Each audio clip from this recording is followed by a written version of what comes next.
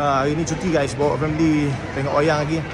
Pasalnya dah janji untuk tengok Blood Brothers ni 2-3 minggu dah dengan anak si. So ada masa tu bawa tengok lah. Hari ni dekat LFS di Paya Bunga Square, PB Square. So tengok lah apa dia. Wah, paling hari. Sebenarnya lama dah nak mari apa tengok cerita ni guys, tapi gitulah masa kekangan masa. Tapi LFS ni okey lah, dia semakin efisien lah. Ada apa ni, boleh tiket, boleh beli online secara tu pakai mesin dia tu. Ni orang tengok ramai semua orang di LFS ni. Lepas tu suasana teratur, beli barang pun okey, produk makanan pun banyak sini kan, ada macam-macam jenis.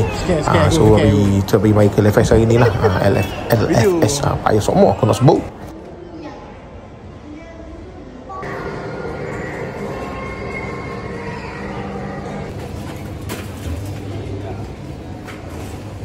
Antara kelebihan di LFS ni guys, apa ni, dia punya produk makanan banyak sikit lah, banyak benda kita boleh pilih, boleh masuk dalam untuk makan. So taklah boring sangat makan benda sama je kan. So gitulah, bagi sambil-sambil pilih makanan tu, sambil-sambil tunggu apa ni, buka dia punya pagar pintu tu, beli makanan dulu sikit, nak masuk dalam. Gitulah ceritanya. Layanan mabuk dia bagus-bagus belaka, alhamdulillah lah, bagus-bagus belaka. Jadi bapa masa dah tengok wayang, nanti kan habis cerita lah pula pengalaman lepas ni. Tapi apa-apa memang bila kemang lah, nak pergi mana-mana tengok wayang ke, pilih LFS untuk tengok wayang dengan family. Selesa, tenang, semua okey lah, semua ada lah kat sini.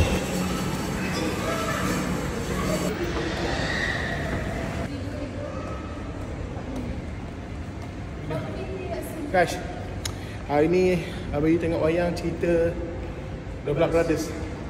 Lenguh aku naik tangga sebab lama dah janji nak tengok. So hari ni ada peluang tengok Blood Brothers. 2, 3, 4, 5. Sini. Sini.